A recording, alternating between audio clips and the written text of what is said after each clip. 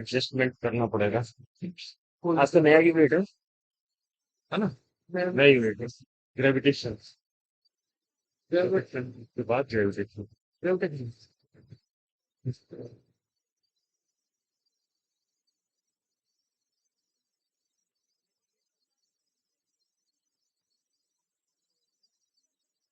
हाँ भाई। आज डेट क्या है भाई? अच्छा, पिछले आठ आठ आठ नौ आठ 8 9 25 है।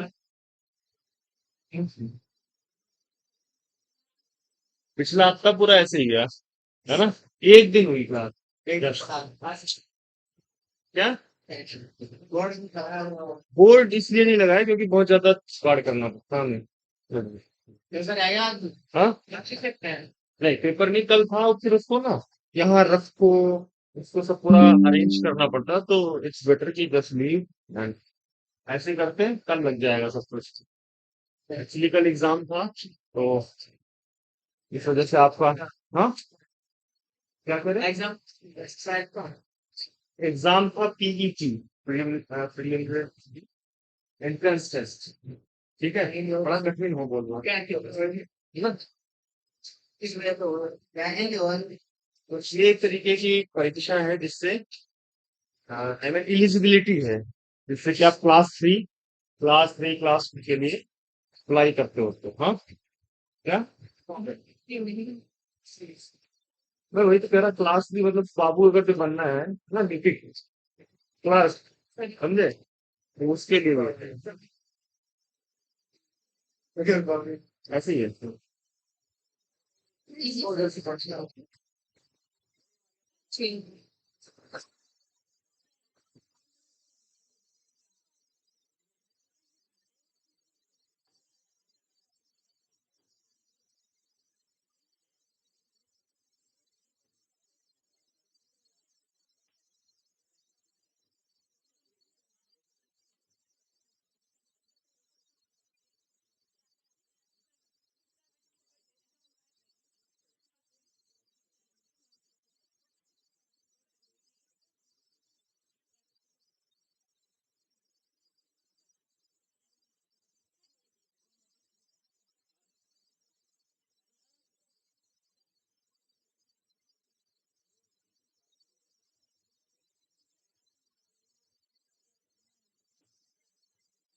अच्छा ठीक है। So okay fine, all right. So एक चीज बताओ, ग्रेविटेशनल फोर्स कभी पहले पढ़ा है? ए, जो है के बगल में ये लड़की जो बैठी, ये क्या हो गया तुमको? इतना परेशान हो रही भाई? तो एक चीज देखो कि अगर हम जमीन पे खड़े हैं तो क्यों खड़े हैं? एक फोर्स लग रहा है ना? किसकी वजह से? अर्थ की वजह से हम पे, जो हमें जमीन की तरफ खींच रही है, दैट इज अवर वेट, है ना? तो इसका मतलब क्या है कि कहीं भी आपकी दो ऑब्जेक्ट अगर कुछ एक दूसरे से दूर रखे हुए हैं, बीच में कुछ क्या लगेगा? अट्रैक्शन। जैसे पेड़ से कुछ गिरा तो हमेशा नीचे ही आता है, बिकॉज एक फोर्स है जो किसी भी चीज को क्या होता है, नीचे खींचती है, अर्थ के सेंटर की तरफ खींचती है। ठीक है, तो उस फोर्स को हम बोलते हैं gravitational force, right? Gravitational force में अब देखो क्या है कि इस फोर्स की ये जो फोर्स होता है बेसिकली, ये दो बॉडी है।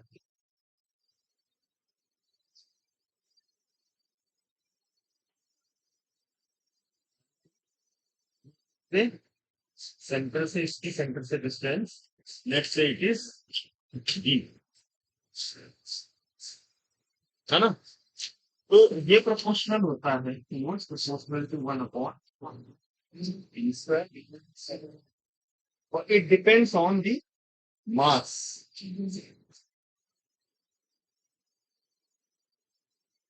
नेट फोर्स आता है, that is M1 by D square. ठीक है, अब जो है इसका एक ग्रेविटेशनल कांस्टेंट जब इसको हटाएंगे एक वक्त ग्रेविटेशनल कांस्टेंट आता है जी एन वन सम टू अपॉन ठीक है। बस ये एक जनरल फॉर्मूला होता है। और हाँ, एक चीज देखो, सपोज इसको हम आर के लिए कर रहे हैं, है ना, मान लो ये आर डिस्टेंस है, हम यूनिट वेक्टर लाना चाह रहे हैं, तो ये सारा क्या आ जाएगा आर में, ये आर स्क्वायर में, ठीक है, ये भी आर स्क्वायर हो जाएगा। और ये क्या हो जाएगा आपका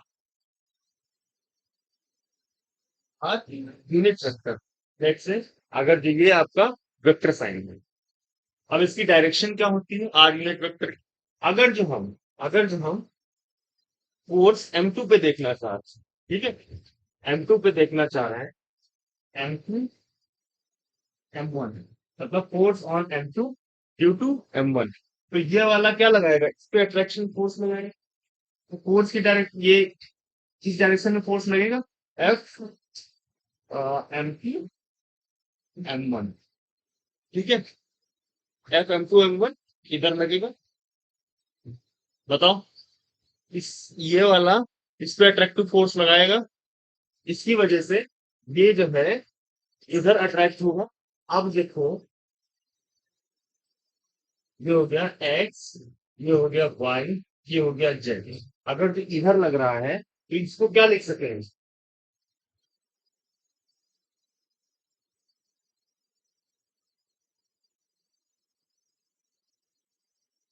x cap F M2 M1। अच्छा, अगर जो हम एफ M1 M2 निकाले, मतलब force on M1 due to M2, तो ये कितना हो जाएगा बताओ जरा। माइनस में देखो, कभी भी ना आप ऐसे मत करना कि माइनस लगा दो, साइन देखो, क्योंकि फोर्स का साइन क्या होगा, है ना। इसमें करोगे ना माइनस, कभी कभी गलती हो सके, ठीक है ना, कभी कभी गलती हो सकती है, तो उसको अवॉइड करेंगे हम। अब देखो क्या लग रहा है, F on M1 M2, M2 की वजह से M1 पे कितना फोर्स लग रहा है, तो ये क्या हो गया आपका, ये किधर लगेगा,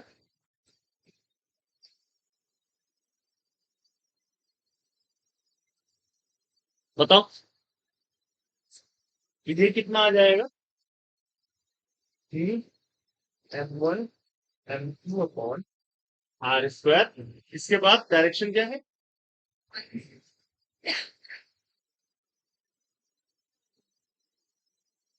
तो इस तरह से आप फोर्स को कैलकुलेट करते हैं, ठीक है।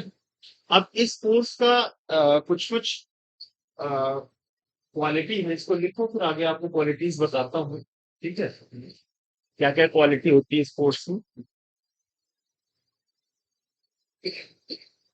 एक मिनट में लिखो, क्योंकि अब हमारे पास वो नहीं है स्लाइड करने वाला आज option, so just write it and then actually it is better, क्योंकि ये रिफ्लेक्ट नहीं करता वो, और वो जो रिफ्लेक्ट करे थोड़ा सा ये प्रॉब्लम है।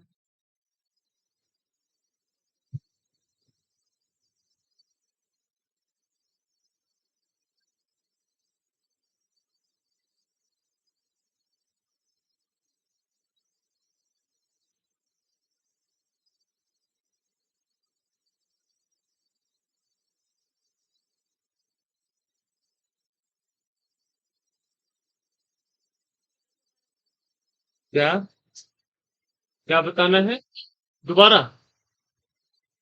दोबारा बताना है, अच्छा, क्या नाम है तुम्हारा, रेखा, अलका। तो अलका जी ये है कि दो बॉडीज जो है M1 और M2 मास की आर डिस्टेंस पे रखी हुई है, तो जो फोर्स होगा that is proportional to 1/r square and it depends on the mass of the bodies.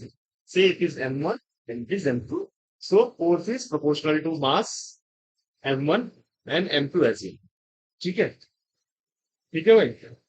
अरे बीच में वो लड़के से बात मत करो भाई, हैं? हम्म? ठीक है, तो ये फोर्स किसके लिखेंगे प्रोपोर्शनल, M1 M2/r स्क्वायर। यहाँ तक क्लियर है, यहाँ तक हो गया होगा, है ना। अब ये आर यूनिट वेक्टर कैसे आ रहा है वो हम देख रहे हैं। देखो आर यूनिट वेक्टर को हमने ऐसे लिख दिया जनरलाइज, है ना, कि आर यूनिट वेक्टर आएगा, अगर आर स्क्वायर नीचे है तो आपका आर यूनिट वेक्टर, अगर जो फोर्स को इसमें लिख रहा है वेक्टर क्वांटिटी, ठीक है। अब देखो हम क्या कर रहे हैं, मान लो हमने ये एक्स डायरेक्शन में मान लिया, जो मास है एक्स डायरेक्शन में डिस्ट्रीब्यूटेड है, तो एक m1 यहाँ पे है, एक m2 यहाँ पे है, इनके बीच में सेपरेशन r है, ये एक्स एक्सिस पे रखे हुए हैं, ठीक है। तो अगर जो हम F ऑन M2 निकालेंगे, F ऑन जो पहले लिखा होगा उस पर फोर्स लिखेंगे, से F12 है force on one due to two, है ना, से F21 है force on two due to one, मतलब लिखने का तरीका, जैसे मैं लिखूंगा तो मैं लिखूंगा F on M2 due to M1। कोई कोई ऐसे लिख सके भाई कि जो है क्या बोलते हैं, इसको आगे आगे वाले को जो है तुम्हारा M1 कर दे और पीछे वाले को M2 कर दे, एक्सप्रेशन यही रखते हैं। लेकिन आप क्या करो, फोर्स M2 पे M1 की वजह से, ठीक है। तो M1 कैसे फोर्स लगाएगा, M1 अट्रैक्ट होगा, अट्रैक्ट होगा तो वो किधर जाएगा, उधर जाएगा, ठीक है। M2 M1 की डायरेक्शन क्या हो जाएगी, एक्स कैप, क्योंकि ये क्या है, M1 जो है आपका अट्रैक्ट हो रहा है, इधर जा रहा है, तो इधर की डायरेक्शन क्या है, एक्स कैप, ठीक है। अब यहाँ पे अगर जो हम M1 पे देखें, M1 पे M2 इधर आ रहा, M2 अट्रैक्ट हो रहा, तो that will be minus x cap, ठीक है। अच्छा एफ नेट कितना आएगा, that is F on M1 M2 plus F on M2 M1, ये कितना हो जाएगा,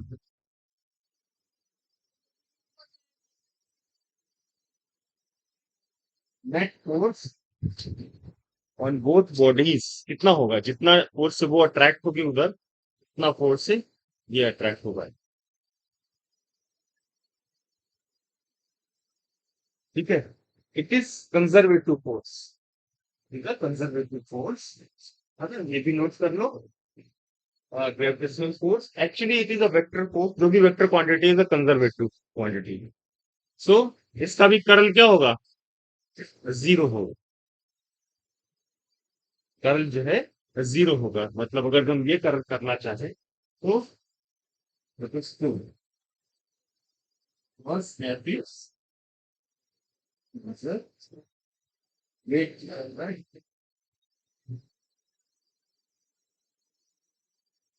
ठीक है भाई, भैया दूसरी क्या चीज है, F is always attractive because, इसको लिख लिया, आगे बढ़े।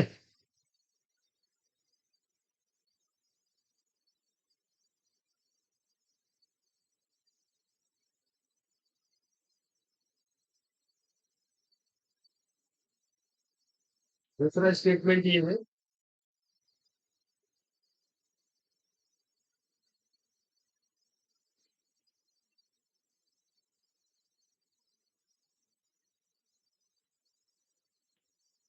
ठीक है, हमेशा अट्रैक्टिव होगा, कभी रिपल्सिव नहीं होगा, because it depends on the mass of the bodies. अच्छा देखो देखा जाए कि जैसे दो 5-5 किलो की बॉडी है, तो वो कितना फोर्स लगा रहे, निकाल सको आप। अच्छा जो जी है ये, है ना, पहले देखो जी की वैल्यू क्या हो, जी बराबर 6 पॉइंट इंटू -11, है ना, फिर यूनिट क्या हो जाएगी, न्यूटन मीटर स्क्वायर पर केजी स्क्वायर, सही लिखा नहीं है, ये न्यूटन, ये मीटर स्क्वायर, देखो ये न्यूटन, ये metre square divide by KG square, ठीक है। तो अब देखो देखा जाए कि अगर एक, मैं तुमको बोल दूं, एक एक केजी का मास है और एक है 3 केजी का, ये एक दूसरे से लेट से कितनी दूरी पे है, 5 मीटर की, यहाँ पे एफ निकालो, किसका आएगा, आ जाओ।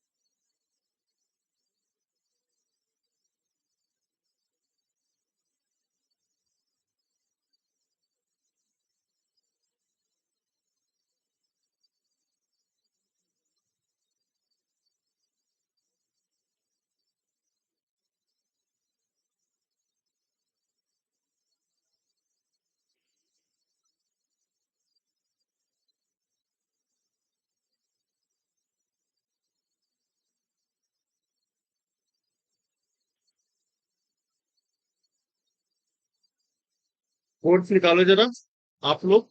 1 केजी है, दूसरा 3 केजी है, डिस्टेंस 5 मीटर है। मुझे बताओ जरा कितना फोर्स आ रहा।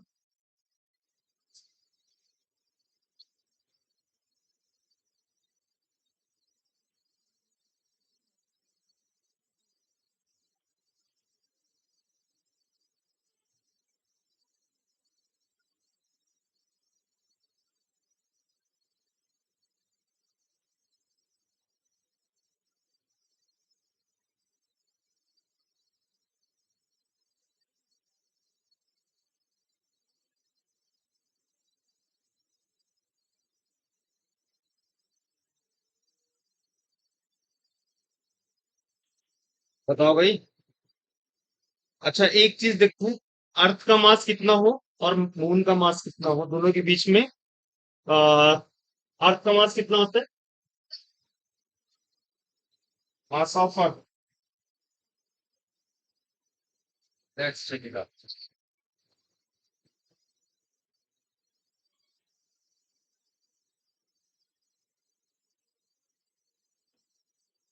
5.97 into 10 to the power 24 KG, या इसको 6 लिख दो, चलेगा। मास ऑफ मून कितना होता है?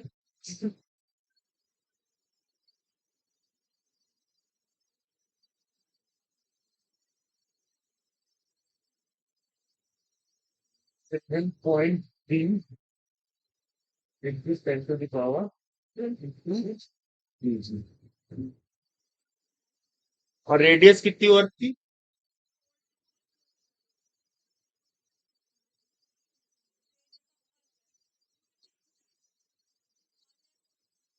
नेट फोर्स निकालो जरा, इस वाले में निकालो जरा।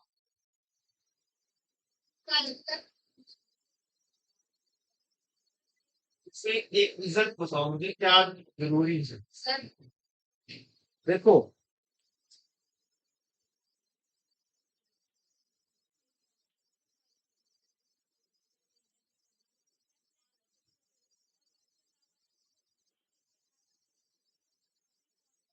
जो डिस्टेंस है बिटवीन अर्थ एंड मून, वो लिख दो आप जी बराबर 3.8 into 10 to the power 8।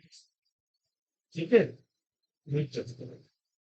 Earth, earth radius हो गई, तो distance between earth and moon, this is mass of earth, this is mass of moon, this distance between this to planets के centre के बीच।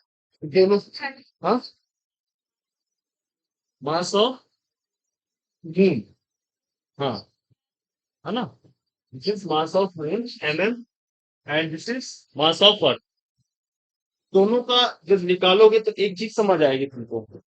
वो रिजल्ट क्या होगा, वो मैं बताऊं तो,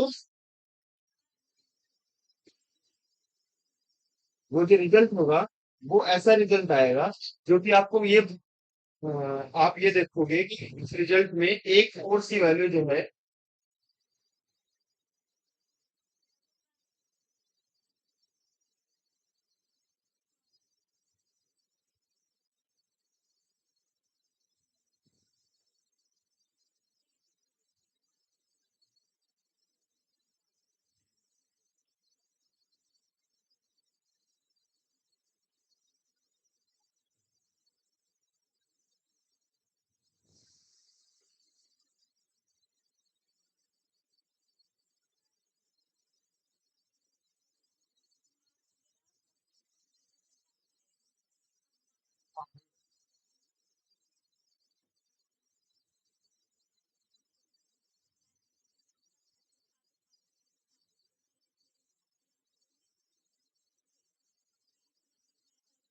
क्या क्या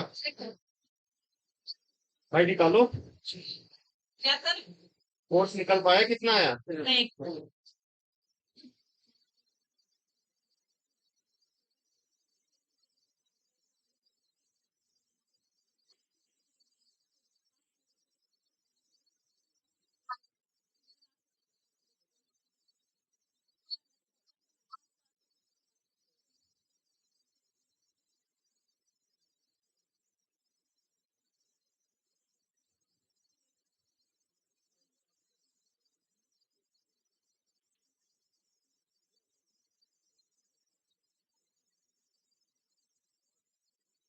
right. So in the first case, we will find the force as E m1 f2 upon E square, right? So ये कितना हो गया? 6.67 into 10 to the power minus 11 into 1 into 3 divided by 5 का स्क्वायर. तो ये जो आएगा आपका, it will be in 10 to the power minus some power, है ना? कुछ आएगा 10 to the power कितना आएगा? लेट्स से 8 आ गया, कुछ quantity into 10 to the power 8 minus का. ठीक है, तो 10 to the power minus 8 newton minus को कैलकुलेट कर रहे हैं, कहता है कर लेना आप. तो एक माइनस की पावर आएगी ऊपर 10 टू द पावर माइनस 8 या 10 टू द पावर माइनस 9, जो भी आप कैलकुलेट करो इसमें, है ना? तो इससे क्या पा रहे हो? नहीं, 10 टू द पावर 8 क्यों आएगा? सर मेरा तो ये पावर 11 पे आया 10 टू द पावर माइनस 11 कितना आ रहा है जरा? पॉइंट 10 पावर 11 माइनस से, है ना? न्यूटन. तो अब ये देखो 10 टू द पावर माइनस 11 ये फोर्स है, और यहाँ वाला कितना फोर्स है? अच्छा, तो इसको हम कैलकुलेट करें तो ये आएगा आपका 22. एक 22 था, एक 24 है. तो 22 और 24 कितने हो गए? 22 दूना 44. ठीक है, और 46 10 टू द पावर 46, है ना? आप 42 कर दो, 6 7 42. ठीक है, into 10 to the power minus 11 into 6.67 divided by कितना? B square 38 into 3.8 into 10 to the power 16. ठीक है, ठीक है ना? इतना खुश क्यों आज बीच में?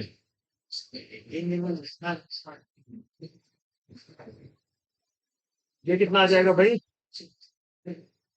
इसको कैलकुलेट करो भाई, थोड़ा बहुत गर्मी कराता हूँ इसको. 42 इंटू 6.67 ये आ गया हमारा 280.4 इंटू 10 टू द पावर कितना? 36. एक 37 नहीं, ये आएगा 35, है ना? ठीक.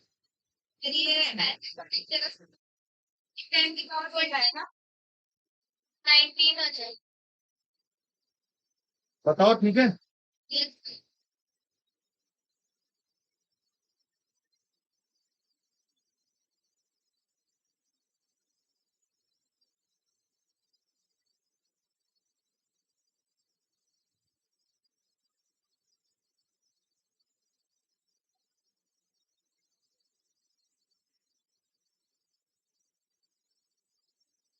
10 to the power 29, 10 to the power 29, और वहां 10 to the power minus 11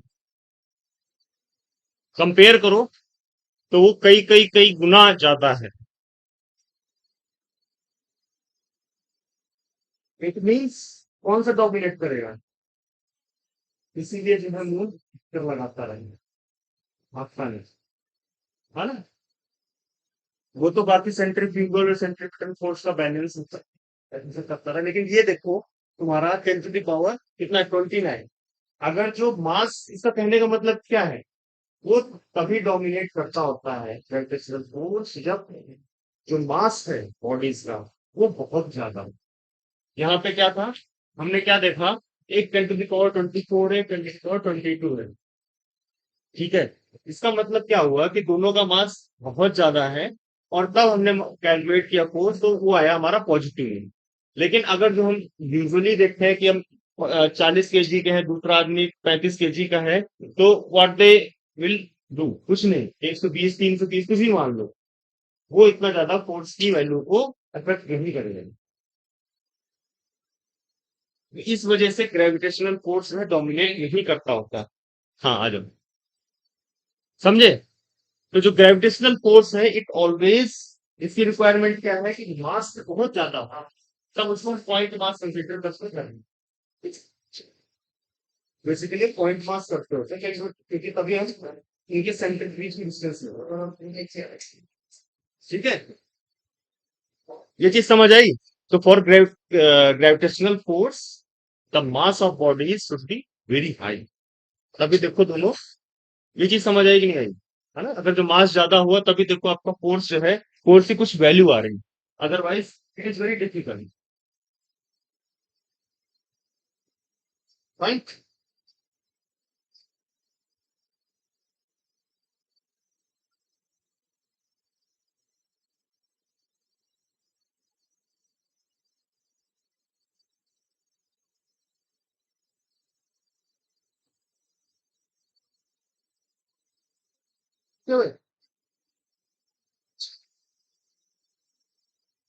next point क्या है कि एफ इज सेंट्रल फोर्स।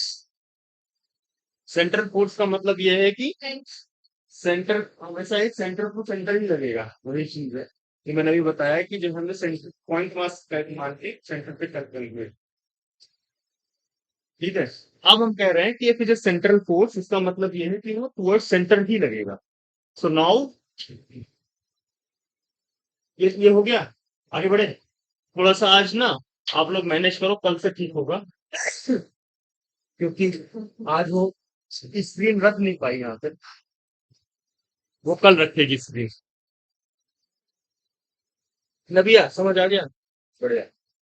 तो एफ इज सेंट्रल फोर्स, पहला क्या था कि एफ इज ऑलवेज क्या होता है, अट्रैक्टिव। दूसरा है कि मास जो है बहुत ज्यादा होना चाहिए। और तीसरा तो हमने बताया कंजर्वेटिव है। ठीक है। और चौथा लिखो एफ इज सेंट्रल फोर्स।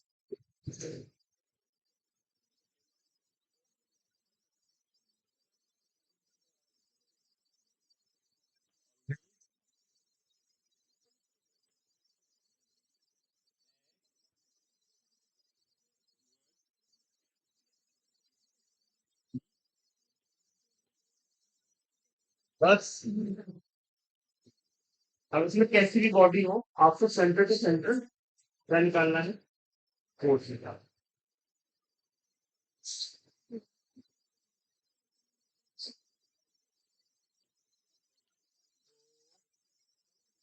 अच्छा, एक चलो थोड़ी सी प्रॉब्लम करें हम लोग।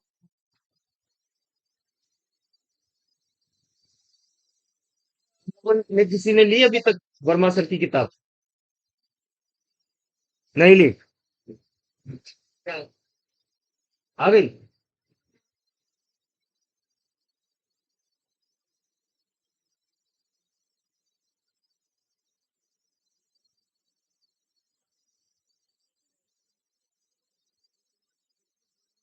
आ गई। इसको मिटाओ, फिर एक बार इसकी प्रॉब्लम करेंगे, पहले कोर्स की प्रॉब्लम कर लेते हैं।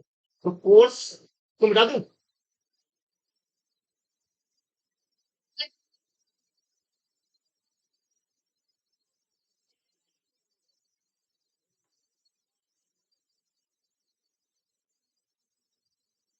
Part A B and C each of mass M are placed in a line A B बराबर बी सी बराबर डी।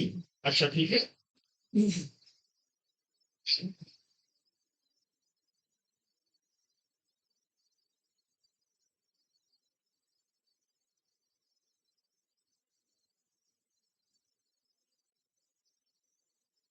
वे एम है, ये भी एम है, ये भी एम है, ए बी बराबर, अरे भाई, अरे प्रिंस क्या कर रहे हैं यार तुम हैं?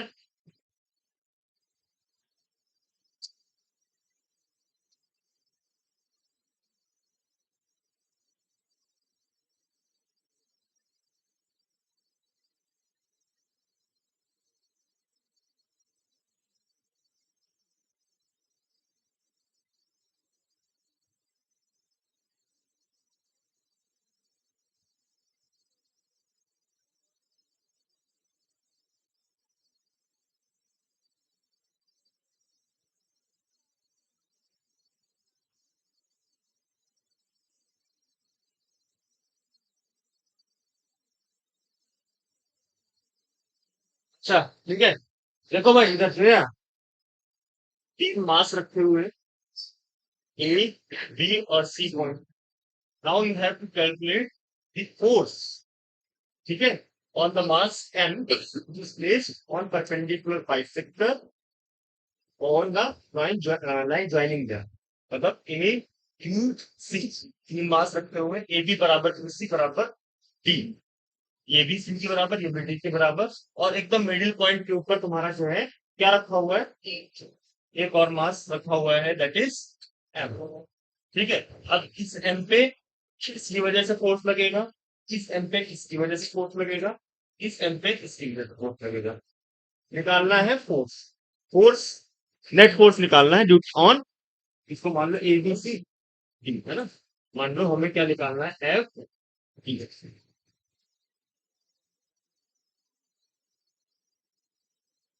ठीक है,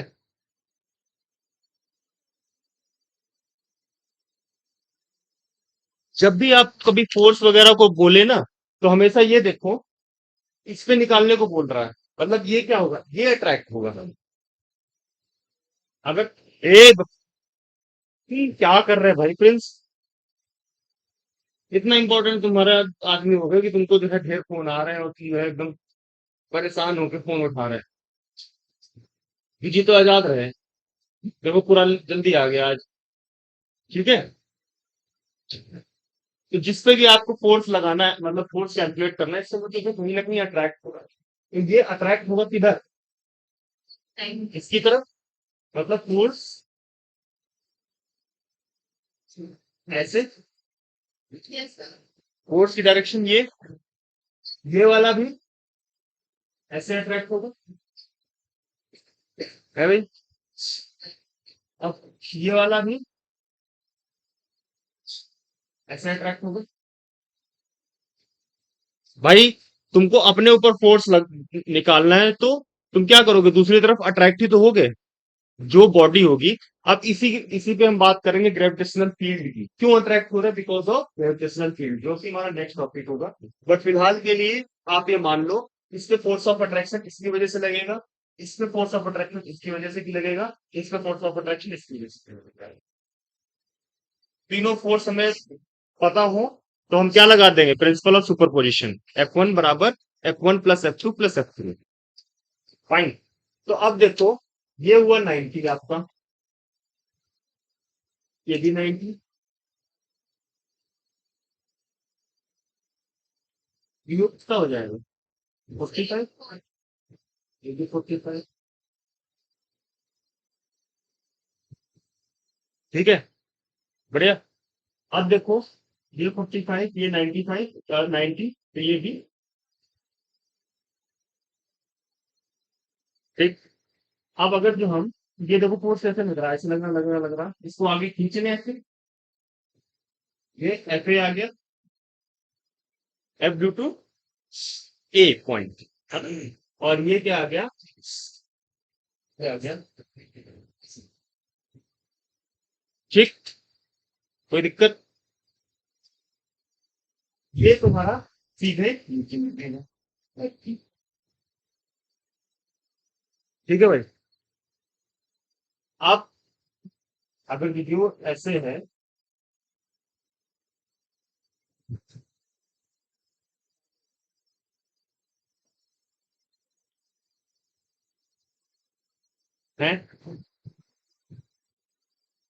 बताओ।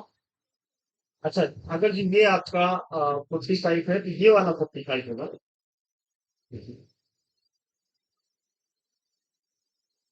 अगर दोनों रेखाएं ऐसे एक दूसरे को कट रही थी, कितना ये एंगल लगता है, यही तो शीर्षाभिमुख कोण, हाँ? शीर्षाभिमुख कोण बोलते हैं तो जितना ये एंगल उतना ये एंगल, तो ये कितना हो गया, फिर ये वाला कंपोनेंट हो गया, ठीक, तो sine of 45 F A sine of,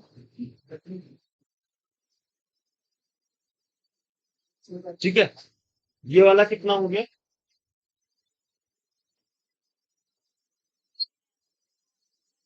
ये कितना हो गया, ये अगर जो 45, ये होगी 45, ये हो गया एफ थ्री कॉस ऑफ 45, ये हो गया, ये कितना हो गया एफ सी साइन ऑफ। अब एक चीज ये बताओ, ये कॉस वाला, क्योंकि देखो ये सारे क्या है, मास सेम है, डिस्टेंस भी सेम है। तो ये वाले जो फोर्सेस होंगे, एक इधर जा गया और ये वाला इधर गया, तो क्या हुआ, equal and opposite, cancelled out. कौन कौन से कंपोनेंट बच रहे हैं?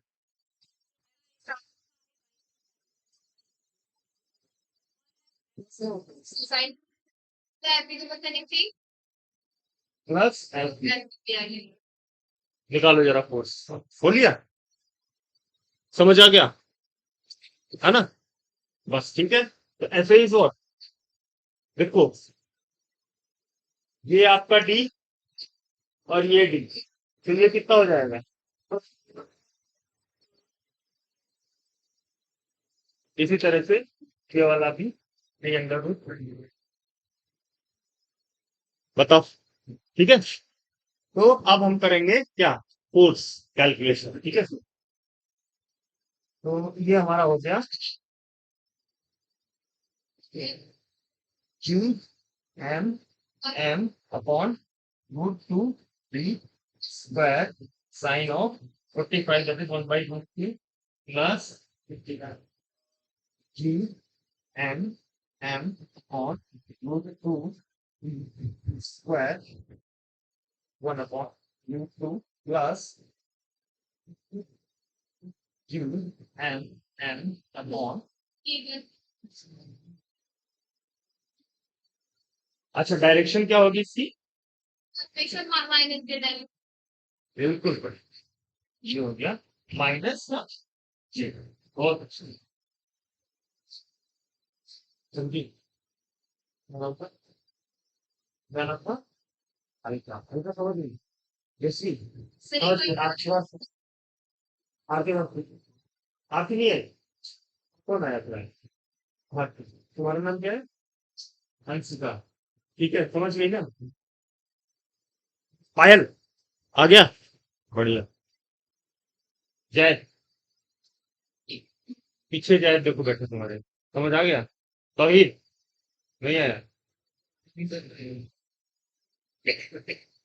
इसका नाम क्या है?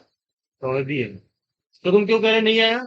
नहीं तो तुमको नहीं पूछ सकता मैं, कैसे नालायक हो रहे तुम?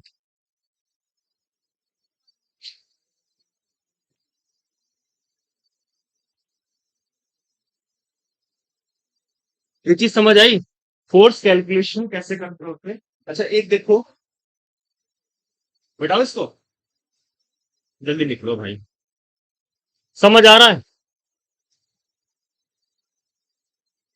अच्छा ये हमने डिस्क्रीट बॉडी के लिए किया फोर्स, कंटिन्यूस बॉडी, ठीक है, बढ़िया।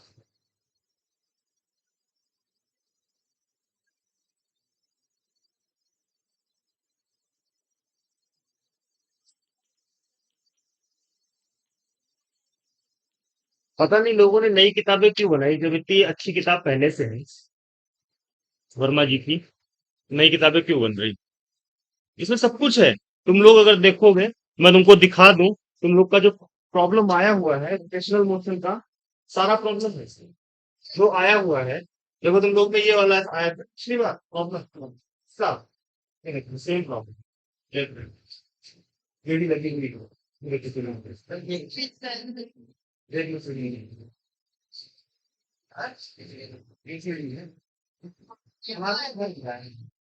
कैसी बात है, सही बात है ना? एक छोटी 15 तो हर प्रॉब्लम में कुछ वैरायटी है, कुछ नया नया चीज है, कैसी नहीं है इसलिए, तो वहां से कुछ सीखोगे। अच्छा भाई, ठीक है, बहुत बढ़िया। अच्छा एक चीज बताओ, क्या एक्सिलरेशन A21 बराबर A12 होगा?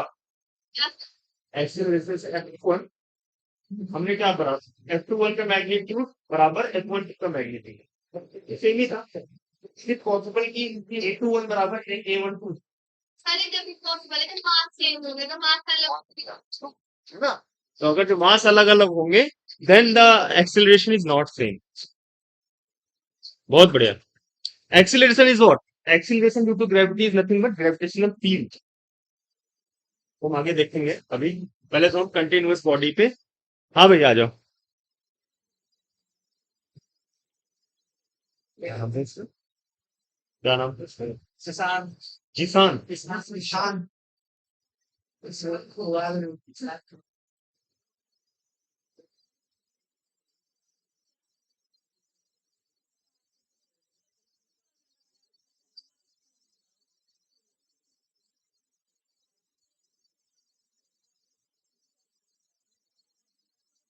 ठीक है भाई, बढ़ने आगे थोड़ा सा। बहुत बढ़िया।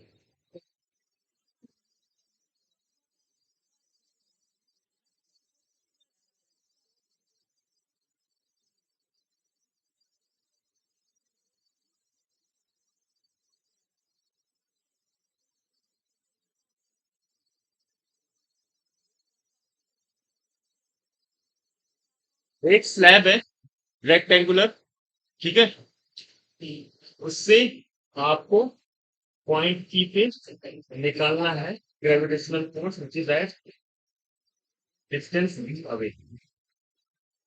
हाँ भाई, एक पॉइंट, एक स्लैब है, हाँ, रेक्टेंगुलर स्लैब है,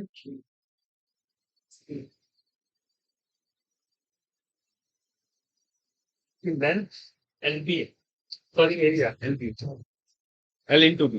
now you have to find the force on this body, है ना, फोर्स ऑन द बॉडी। अगर हम यहाँ पे हम एक मास रखते हैं स्मॉल एम, फोर्स क्या कहाँ पे निकालोगे? उस पे ही तो निकालोगे, और इसका मान लो कैपिटल है एक। ए भाई, तुम इतना बाजार जैसे तू बोल रहे हैं, मतलब कि बाजार में आया घूमने। एक जो रेक्टेंगुलर स्लैब है ऑफ मास कैपिटल एम, उसका हमें फोर्स वो क्या करेगा, फोर्स अप्लाई करेगा इस पे। क्या? जो छोटा सा मास रखा हुआ, test mass small M, M पे कितना फोर्स लग रहा है वो निकालना है आपने। निकाल लोगे? निकालो जरा। तो एक तो है कि हम ये माने कि ये बीच में कोई पॉइंट, है ना, और इसी जगह जो है हमारा सारा मास यूनिट हो जाए। जैसे हम लोग सेंटर ऑफ मास प्रॉब्लम में करते हैं कि भाई ये एम जो है हमारा एल बाई टू पे हो गया, ठीक है, तो वी जस्ट कैलकुलेट कितना हो जाएगा ये, G capital M small M divided by L by two plus इनका होल स्क्वायर। अब ये क्या होगा, ये इधर फोर्स लगाएगा तो ये एक्स क्या है, that is M on small M into slab.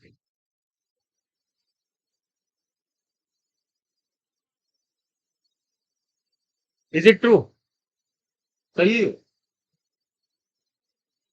है? M due to F on small M, ये force on small M due to slab of mass M. Is it true? सही है यो? गलत? क्यों? अच्छा एक चीज देखो, यहाँ पे मान लो इस जगह मास रखा है, ठीक है, एक छोटा सा मास हमने स्मॉल एम वन मान लिया, है ना, तो ये इस डिस्टेंस पे है, तो G M one M by R square ये डिस्टेंस हो गई।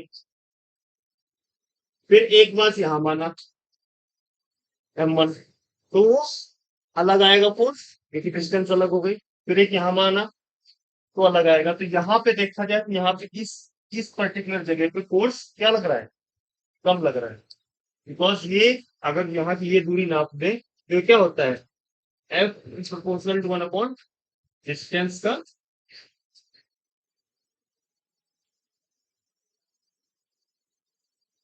है कि नहीं?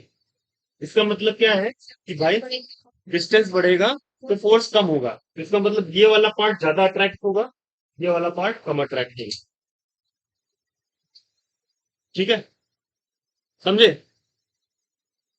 तो यहाँ पे ये वाला जो चीज है वो गलत है। हाँ, किस पे?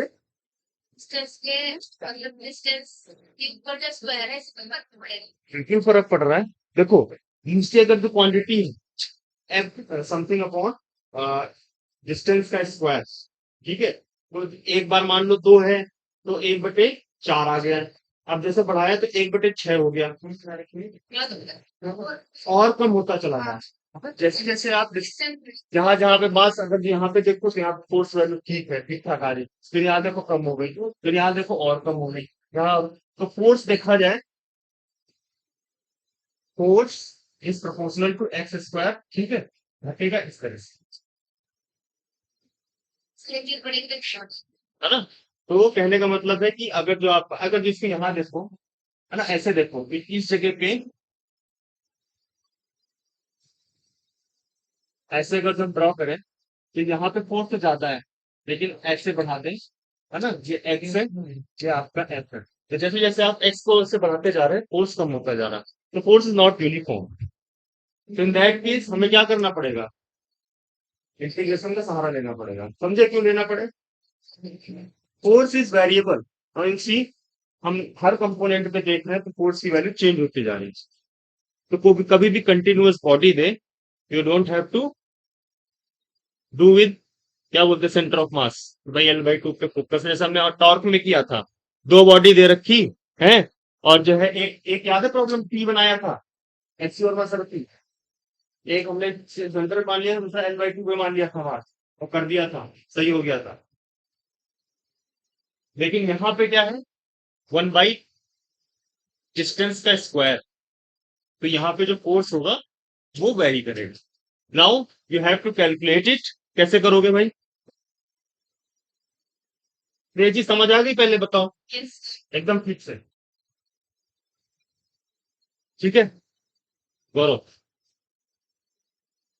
ये तुम सो क्यों गए? सोए नहीं थे रात में? क्या हुआ है? 3 बजे सोए? क्या देख रहे थे? हैं? मूवी देख रहे थे?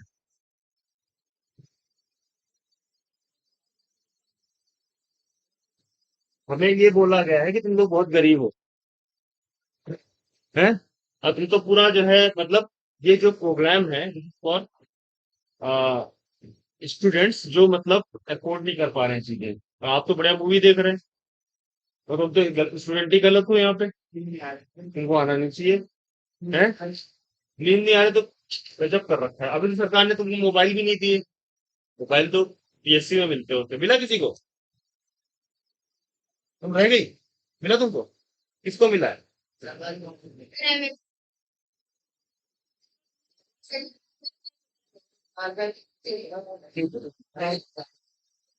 ठीक है, तो तुम उसका सही से यूज करो, पढ़ाई लिखाई के लिए यूज करो, तो बेस्ट है वो। आफ्टर आप देखो आप कितने भाग्यशाली हो। आपको सर ऐसे मतलब एडमिशन ले लो, मोबाइल मिल जा रहा, और तुम एमबीबीएस में एडमिशन लोगे, वहां मोबाइल नहीं मिलने का तुमको, वहां नहीं मिलने का कि कहीं सरकारी कॉलेज मिले तुमको मोबाइल मिल जाए, 2 3 और लगाएंगे वहां, मोबाइल चाहिए इसको, ठीक है। तो केवल एक यही जगह है जहाँ पे गवर्नमेंट आपको अच्छा से हर चीज देती है, तो उसको, उसके मंशा को समझो, अच्छी चीजों को सही करने की कोशिश करो। मोबाइल मिला है तो उसको अच्छे से यूज करो, ठीक है ना। आई मीन उसमें बहुत सारा कंटेंट है यूट्यूब पे, है ना, जिसको देख सको। ए भाई,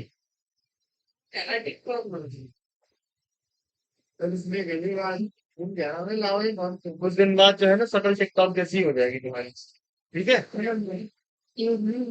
तो अब एक चीज बताओ, आ गया आंसर? कितना आया?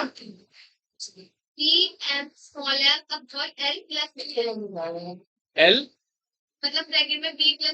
बहुत बढ़िया, यही आएगा, है ना। तो एक देखो, फोर्स की dependency one upon L square होनी ही चाहिए डायमेंशनली। तो ऐसा भी चेक कर लेना कि कभी कभी आपको लगे कि फोर्स गलत है सही, तो वन अपॉन एल स्क्वायर आना चाहिए डायमेंशनली। तो अब देखो यहाँ पे क्या कर रहे हैं, यहाँ पे हमने एक मान ली स्ट्रिप डीएम वाली, ठीक। अब इसकी जो डिस्टेंस है वो हो गई हमारी एक्स, बढ़िया। तो हम क्या लिखेंगे, एफ बराबर G small M DM upon X square, या डीएफ लिख दो इसको, स्मॉल फोर्स है जिसपे डीएम वाली डिस्टेंस पे, तो दैट इज डीएफ। अब इसको हम करेंगे जी एम। अच्छा, अब हमें डीएम निकालना है। डीएम कैसे निकालेंगे भाई? रेक्टेंगुलर स्लैब है, एम अपॉन एरिया, बताया था तुमको सेंटर ऑफ मास वाली प्रॉब्लम में, M upon N into B. अब ये स्लैब इसकी थिकनेस dx है, ये वाली dx है, ये वाली जो है b, तो दिस इज b dx है। तो ये हो गया हमारा m upon l into dx, केवल dx अपॉन, ठीक है। अब क्या करना है, इसको इंटीग्रेट, तो जी स्मॉल एम बाई एल बाहर रख लेते हैं, कांस्टेंट है। और इसको इंटीग्रेट करेंगे कहां से कहां तक, यहां से देखो, यहां से यहां तक, फिर यहां से यहां तक, ई से D plus L, one upon X square DX. Integration की लिमिट समझ आई कैसे, क्या कहां तक हुई भाई। पहले हम इस छोर पे देखेंगे कितना फोर्स लग रहा, फिर एंड पे जाके देखेंगे। इस छोर के लिए बी हो गया, और इस छोर के लिए बी प्लस एन हो गया। बताओ, आपत्ति कोई? हाँ भाई, इसको इंटीग्रेट करो, कितना आ रहा है बताओ जल्दी, समझे। तो कहने का मतलब ये है, कभी भी कंटिन्यूअस बॉडी हो तो जस्ट थिंक,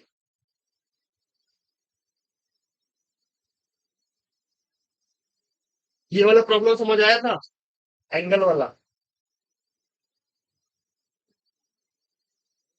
सेम। अगर आप ग्रेविटेशन करोगे तो आपको इलेक्ट्रोस्टैटिक्स नहीं करना, सेम है। यहाँ G M one M two by R square है, वहां के Q one Q two by R square, ठीक है। K is one point four five seven zero. बस एक अंतर है, वहां पे चार्ज का magnitude as well as direction हमें देखनी है। चार्ज के मैग्नीट्यूड से डायरेक्शन ऑब्वियसली, चार्ज की मैग्नीट्यूड से साइन पे डिपेंड करेगा। वो हम इस पे देखेंगे, वहां पे क्या होता है, फील्ड अप्लाई होती है, ठीक है।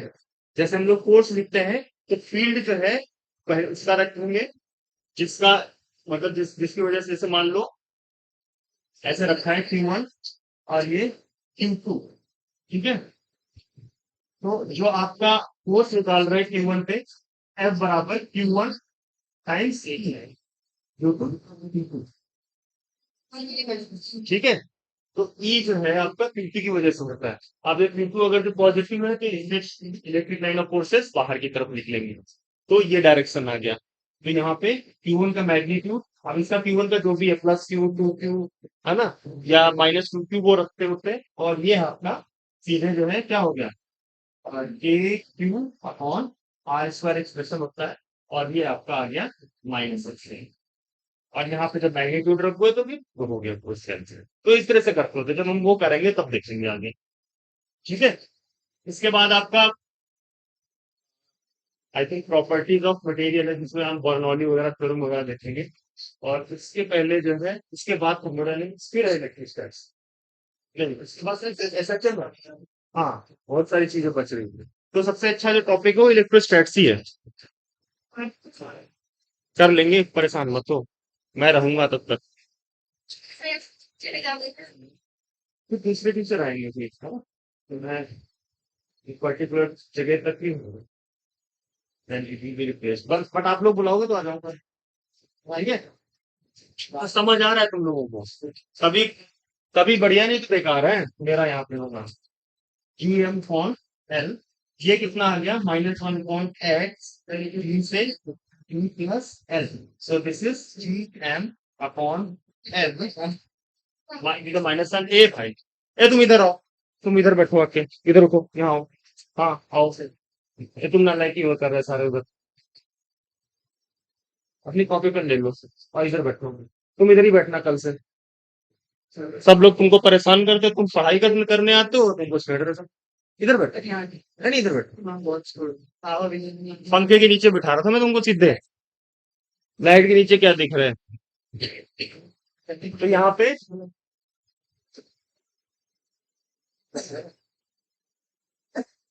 इसको सॉल्व करोगे, वही आंसर आएगा जो जोया का निकला हुआ है।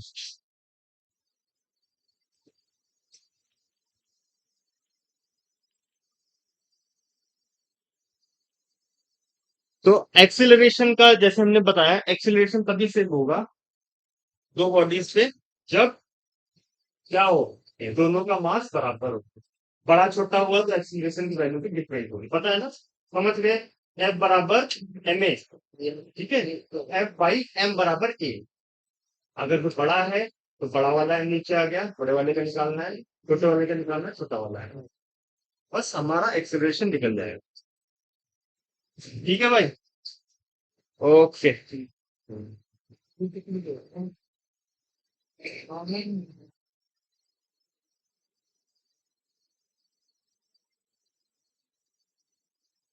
ठीक है बेटा, चले आगे।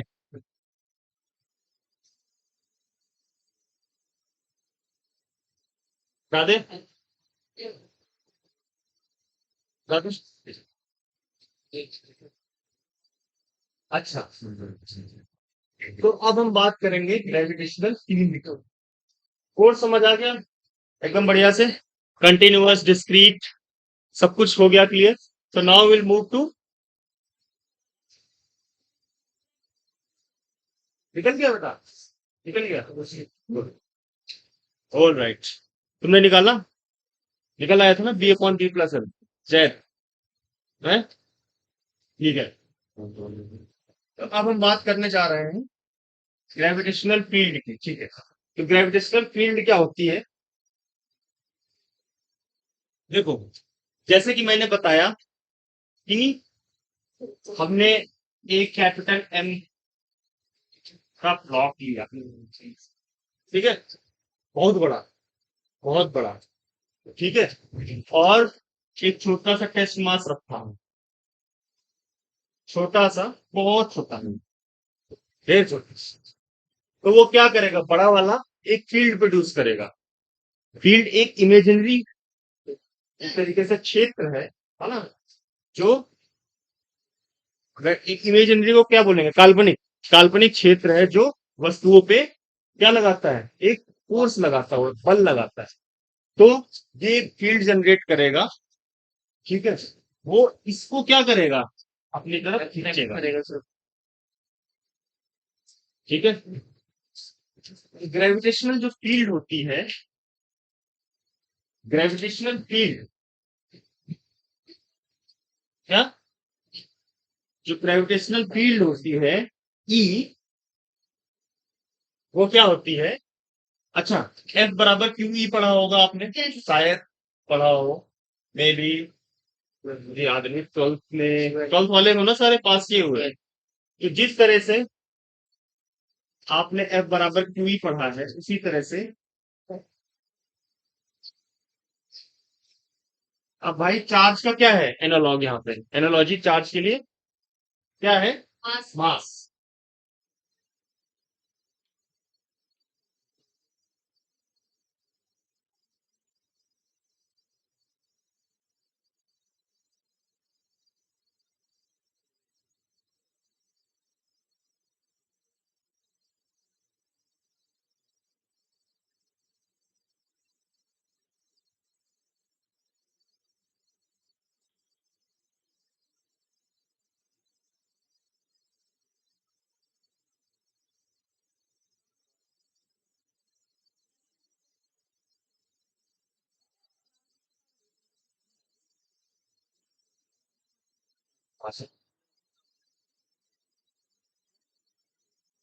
तो मैं क्या कह रहा था, यहाँ पे it will depend on the mass, right.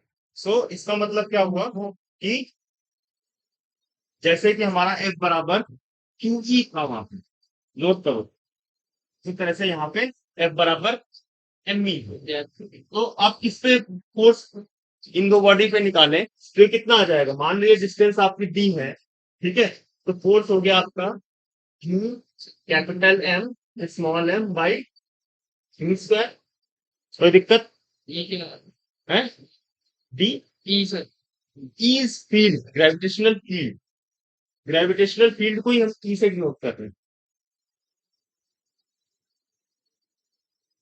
Next topic is gravitational field. तो फील्ड क्या होता है, इसके द्वारा एक क्षेत्र उत्पन्न किया जाता है जो इसको क्या करेगा, अपनी तरफ अट्रैक्ट करेगा, टेस्ट मास।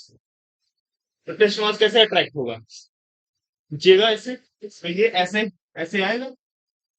तो आपका फोर्स क्या है? G M, capital M, by E square. कोई दिक्कत नहीं, तो ये ठीक है। तो अब अगर जो हम ई निकालना चाहें तो ये F G capital M small M by D square by क्या स्मॉल एम। तो ई बराबर एम अपॉन,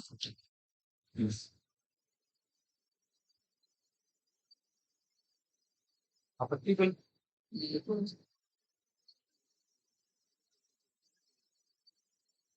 ठीक है ना? अच्छा, हाँ एग्जैक्टली exactly। वही तो फील्ड प्रोड्यूस करेगा। अगर जो इसका निकालना चाहिए भी निकाल सकते हैं, इसको जो है हमें टेस्ट मास मानना पड़ेगा। जिस पे भी आप फील्ड निकालना चाह रहे हो, मतलब इसकी आप फील्ड निकालना चाह रहे हैं पर्टिकुलर ब्लॉक की, तो यहाँ से क्या करो, कुछ दूरी पे टेस्ट मास रखते हो और उस पे इसकी वजह से फोर्स निकालो। फिर फोर्स को उस मास से डिवाइड कर दो, इसकी फील्ड आ जाएगी। समझे? तो जिसकी भी आपको फील्ड निकालनी हो, उससे कुछ दूरी पे एक पॉइंट मास मान लो, टेस्ट मास मान लो, और उस टेस्ट मास की वजह से क्या निकालो आप क्या निकालोगे? टेस्ट मास की वजह से आप निकालोगे फोर्स। फोर्स निकालोगे और फिर इसको जो है मास से डिवाइड कर दोगे, then you will get the value of field. Fine, ठीक है भाई, बढ़िया, चल रही जिंदगी बढ़िया। अच्छा, जैसे कि हमने बताया था, एफ अगर जो हमारा, जैसे हम क्या कर रहे थे टेस्ट, हमने पहला एक प्रॉब्लम किया था, याद करना, इस तरह से मास रखे थे, इस तरह से, यहाँ पे इसकी वजह से एक ये फोर्स था, एक ये था, एक ये था। तो हमने कहा था कि भाई तीनों को हमने जोड़ दिया था, तो प्रिंसिपल ऑफ सुपरपोजिशन लगा था, है ना? एक ये वाला कंपोनेंट आया था, एक ये वाला कंपोनेंट आया था, और ये वाला कैंसिल हो गया, ये वाला इधर से, ये वाला इधर से कैंसिल, ठीक है? इसको जोड़ा था, इसको जोड़ा था, इसको जोड़ा, तीनों जोड़ लिए थे, हमारा नेट फोर्स पता चल गया। इसी तरह से हम क्या करते होते हैं कि मान लो we have lot of points, है ना? इस केस में बहुत सारे पॉइंट्स हैं। अरे, कौन बोल रहा भाई? बोल रहे थे ये M1, ये M2, ये M3, ठीक है? अब यहाँ पे कोई टेस्ट मास है M, उस पे आपको क्या निकालना है? फील्ड, है ना?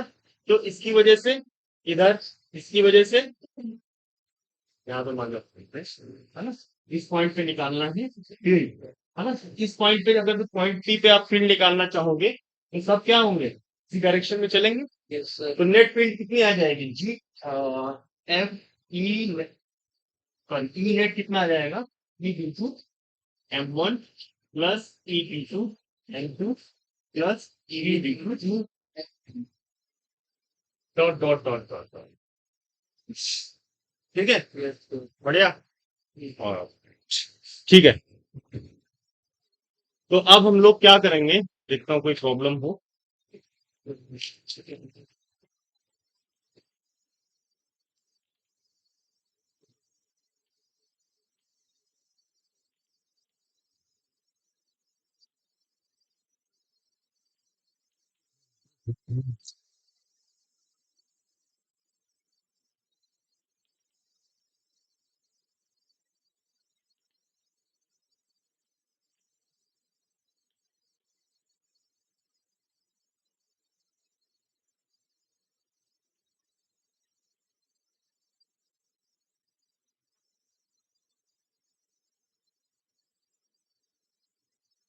अच्छा, एक है कि अगर जो मास सिमेट्रिकली डिस्ट्रीब्यूटेड हो बॉडी में, तो उसके सेंटर पे जो फील्ड होगा वो जीरो हो, बॉडी के सेंटर पे।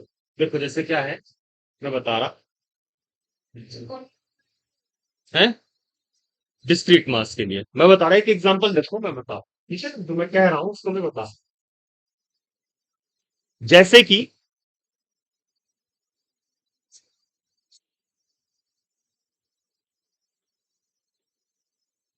सबका मास कैपिटल है,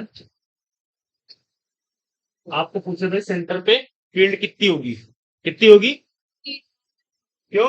ये वाला अगर डायगनली हम जोड़ दें तो ऐसे, और इसको ऐसे जोड़ दें, ठीक है। तो इसकी वजह से इस पॉइंट पे इधर फील्ड लगेगा, इसकी वजह से इसी पॉइंट पे इधर फील्ड लगने का, और इधर ऐसे लगेगा, और इधर से लगेगा। तो नेट क्या हो गया? अच्छा, अब ट्रायंगल में बताओ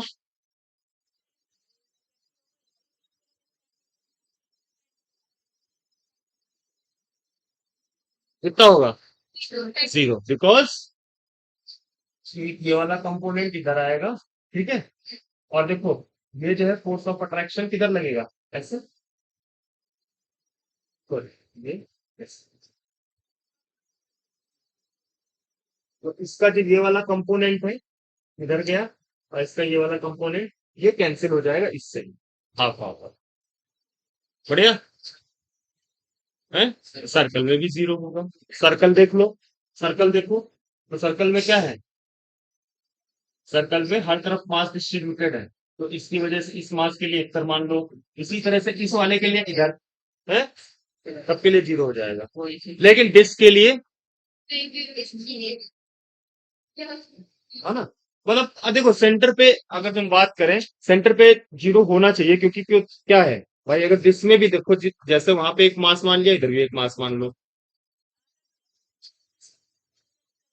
एग्जैक्टली, तो अगर जो हमें देखा जाए, जहां पे भी आपका यूनिफॉर्म सिमेट्री है, जितना इधर मार्क दिखे, इस पॉइंट पे खड़े हो जाओ। अगर जो आपको इधर भी उतना दिख रहा है, इधर भी इतना दिख रहा है, तो फील्ड जीरो, क्योंकि एक उधर वाला इधर को लगाएगा, और इधर वाला उधर को लगाएगा।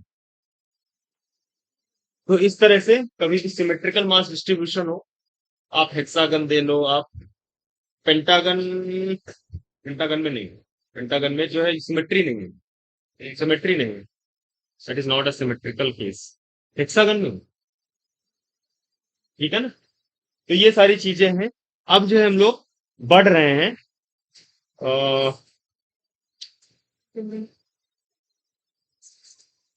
अच्छा, एक पॉइंट है, चलो हटा दे इसको। एक पॉइंट है,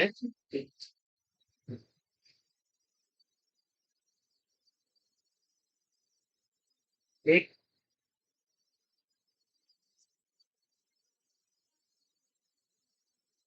एक 1 kg है, एक आपका 4 kg है, और इसमें कहाँ पे हम मास रखें? एक तो ये प्रॉब्लम है, इसमें कहाँ पे एक टेस्ट मास रखें? एम, लेट से 2 kg का, ठीक है। और इसके बीच की जो डिस्टेंस है वो 9 मीटर है, या 10 मीटर मान लो, वट एवर इट इज, प्रति मीटर, ठीक है। तो कहाँ पे इसको एम को रखें जहां पे एफ नेट जो है जीरो हो जाए, समझे? कहने का मतलब ये है, F on two due to one equals to F on two, sorry, ये देखो अगर क्या है, ये M1 है, ये M2 है, ये M3 है, ठीक, ऐसा मान ले। तो F on M3 due to M1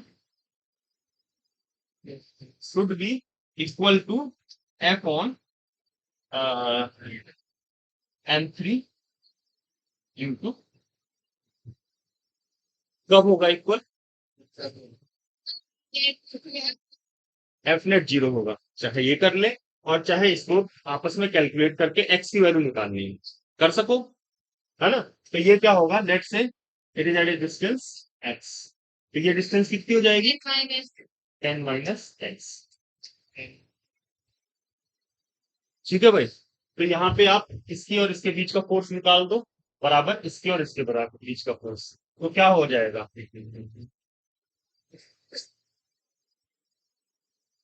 इसी तरह से किस पॉइंट पे फील्ड जीरो होगा, कोई पॉइंट मान लो, तो वहां पे क्या करोगे, पॉइंट पी पे मान लो टेस्ट मास रख दिया। ये मतलब सेम प्रॉब्लम है, अगर देखा जाए तो फील्ड और फोर्स में ज्यादा अंतर नहीं है। फोर्स को आप एम से भाग कर दो तो फील्ड डालेगा,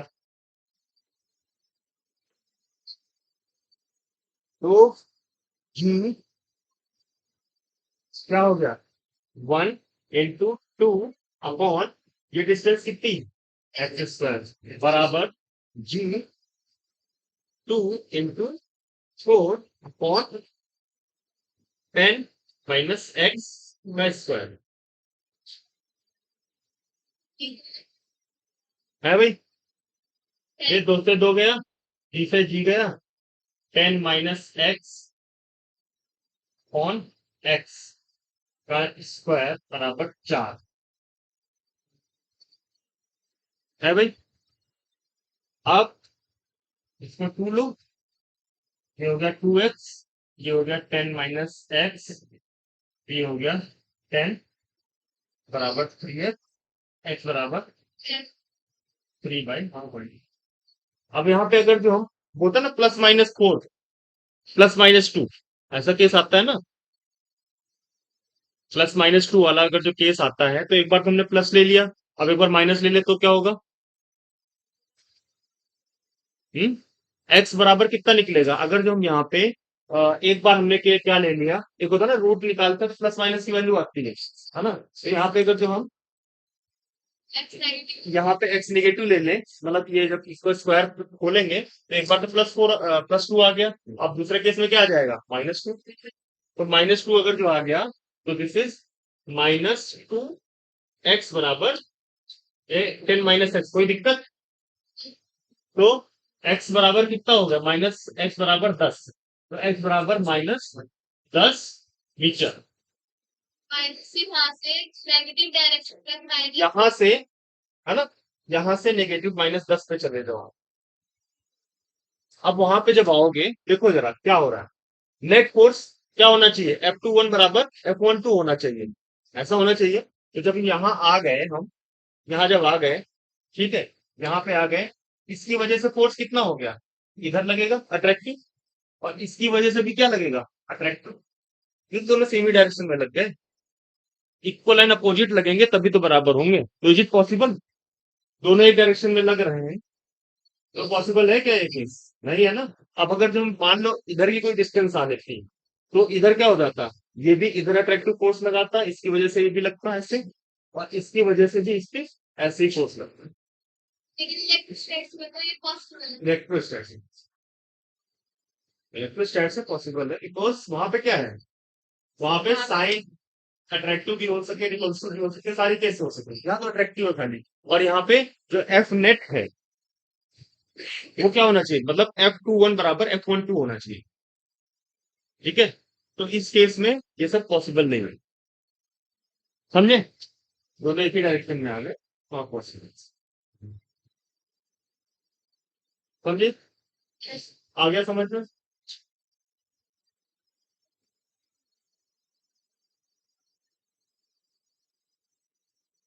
परेशानी है क्या कोई? ठीक है सब कुछ, दिक्कत है तो बता देना। सब कुछ ठीक है, आप ठीक चुप हुए, समझ आ गया?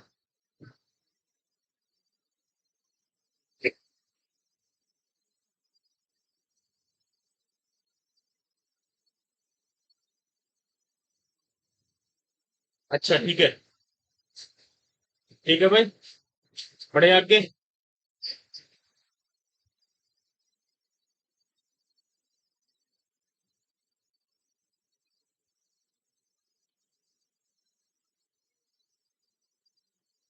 दादू, आप इसी तरह से मान लो आपको बोल दिया जाए किस पॉइंट पे फील्ड हो, नहीं बिठाना था क्या?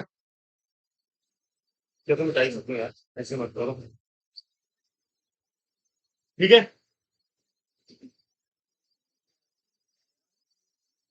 बढ़िया, बढ़े आगे, ठीक। तो अब हम बात करेंगे, जैसे हमें पता है,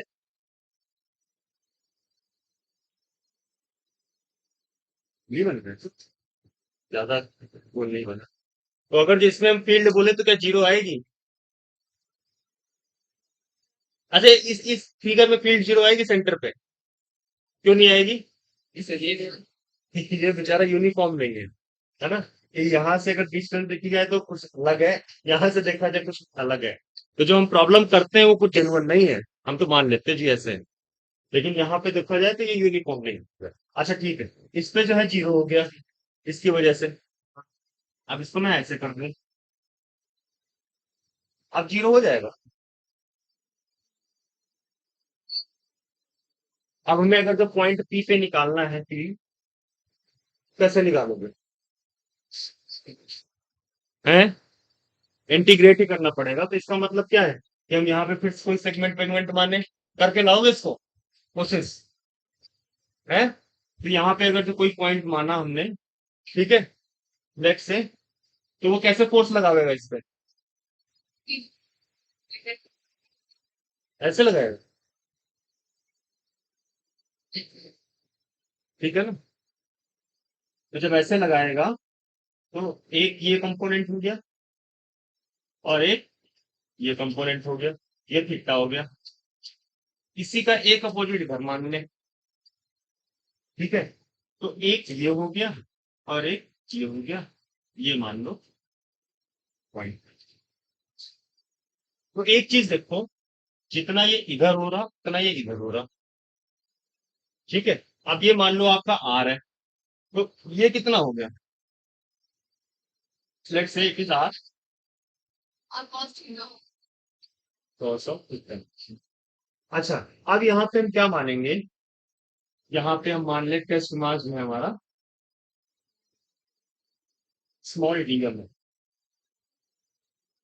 तो फील्ड हमने क्या निकाला था? जी, इसकी वजह से निकाले थे तो ये आ गया था। अच्छा, जो फील्ड होता है वही आपका एक्सिलरेशन ड्यू टू ग्रेविटी है। तो ये क्या निकाला था? यहाँ पे अगर तुम टेस्ट मास मान ले एम, स्मॉल एम, तो ये क्या हो गया? जी एम, और ये D M upon R square.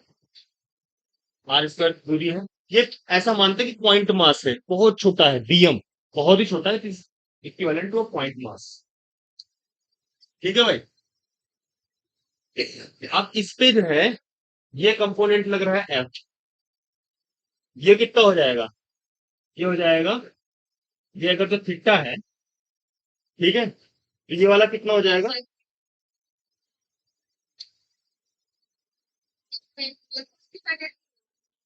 अरे भाई, ये थीटा है, ये वाला भी थीटा हो जाएगा, ये वाला एफ है, ये along component F cos theta, और ये हो जाएगा आपका एफ साइन ऑफ थीटा। ये तो मैं ये आपको बता रहा था कि ये अगर जो आर है, ये सॉरी ये आर है, तो ये वाली डिस्टेंस कितनी होगी? दैट वाज बेसिकली क्या था? आर साइन क्या था ये आर साइन थीटा था, है? तो अगर ये आपका एफ लग रहा है इधर अट्रैक्टिव, इधर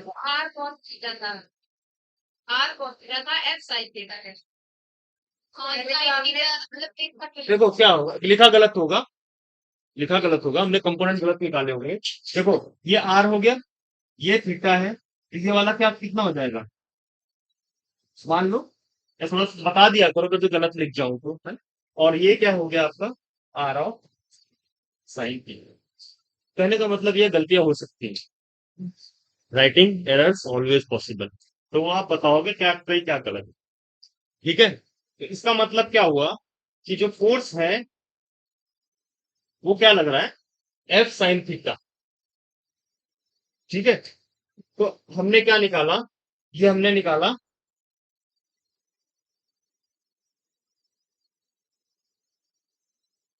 बताओ।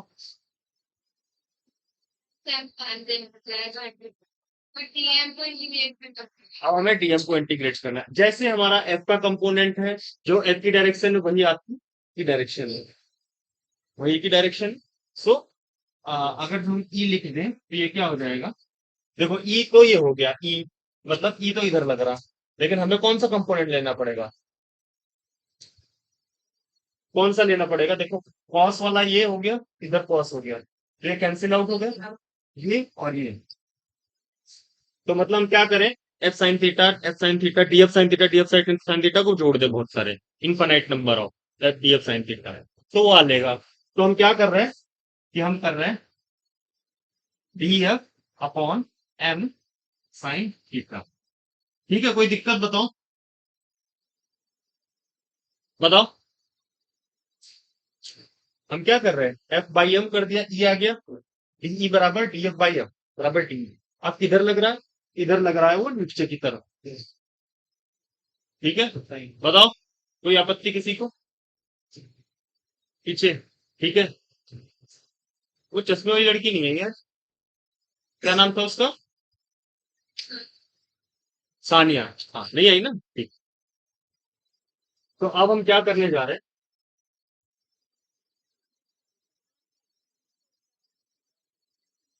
हाँ भाई, ठीक है। तो now we have to calculate integration कर दो।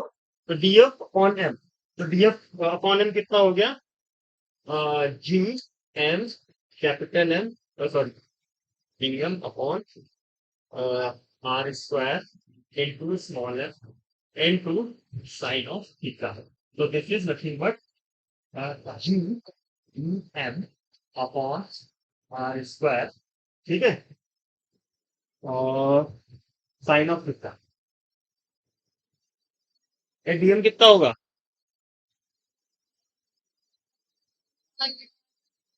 डीएम छोटा सा सेगमेंट है, तो ये सेमी सर्कल है, तो मास पर सर्कल है, इसका मतलब वन डायमेंशनल केस है, वायर। ठीक है। तो एम अपॉन,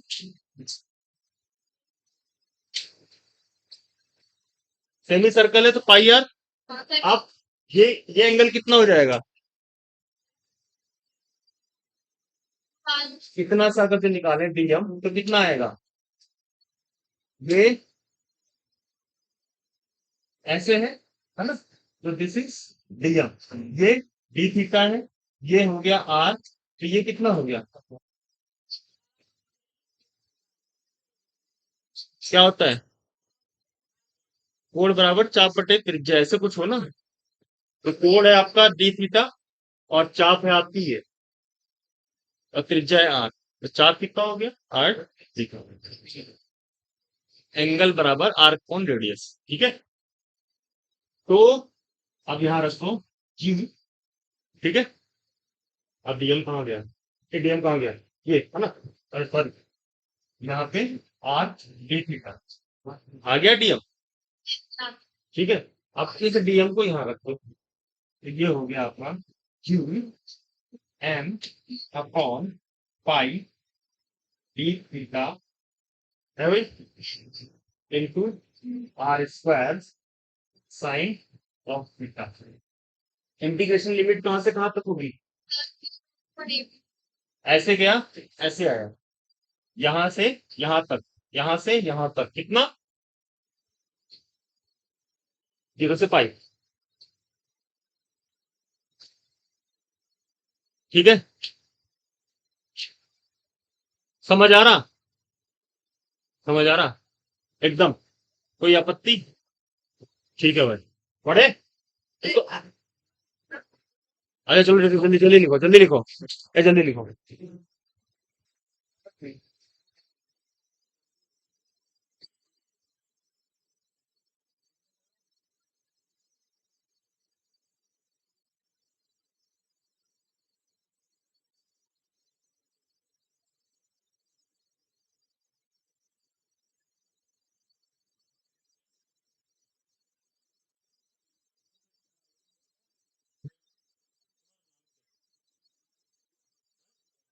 तो अभी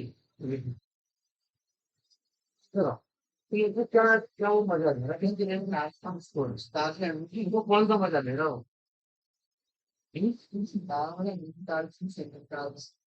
सब उतार रहा है, लेकिन ये वो है, चार चिपके होंगे स्टिकर से, चार उतार दिया तुमने।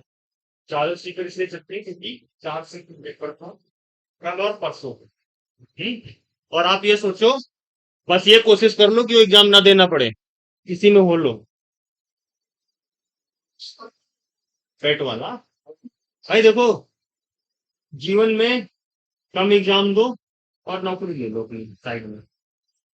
ऐसा नहीं है, तुम लोग अगर जो कोशिश करोगे, जैसे तुमने एमबीबीएस कर लिया, उसके बाद पब्लिक सर्विस कमीशन के एग्जाम आते हैं मेडिकल ऑफिसर्स के लिए, उसको लिखो, कहीं मेडिकल ऑफिसर बन जाओ। तो सारी चीजें हैं भाई, आप कोशिश तो करो। और नौकरी बहुत है, नौकरी की कमी नहीं है, लेने वालों की कमी है। अब 100 बच्चों में एक ही बच्चा हो पढ़ने वाला, क्या करोगे? तो 99 को नौकरी नहीं मिलेगी, फिर कहेंगे जी अब सरकार बेकार हो गई। तो कैसे बेकार हो गई? तुम भी तो कुछ करो।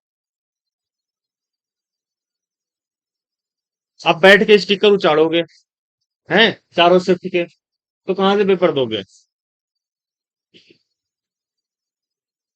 ठीक है, हो गया नोट? ठीक है ना? हल्का, ठीक है। अल्फसा, ठीक है, सबसे कठिन नाम मुझे याद है, अल्फसा।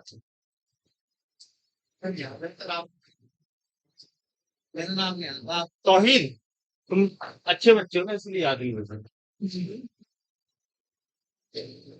हमजा, अरे रुक जा यार, टाइम हो गया, तुमको बड़ा टाइम का लगा, पक्की कहाँ का अपॉइंटमेंट है तुम्हारा? है?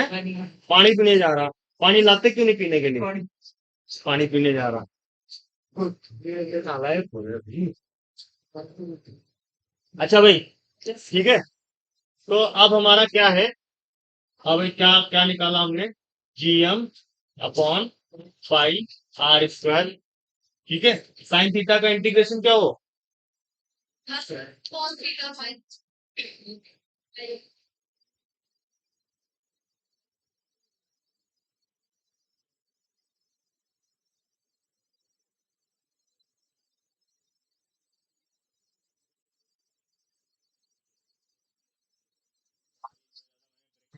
से गलती लो, है ना? तो two GM upon five R का स्क्वायर, डायरेक्शन क्या होगी भाई? माइनस जे का, आपत्ति कोई किसी को? या नीचे की तरफ? ठीक है, अब जा रहा हूं मैं, अब पी लो पानी तुमको जहां पीना है।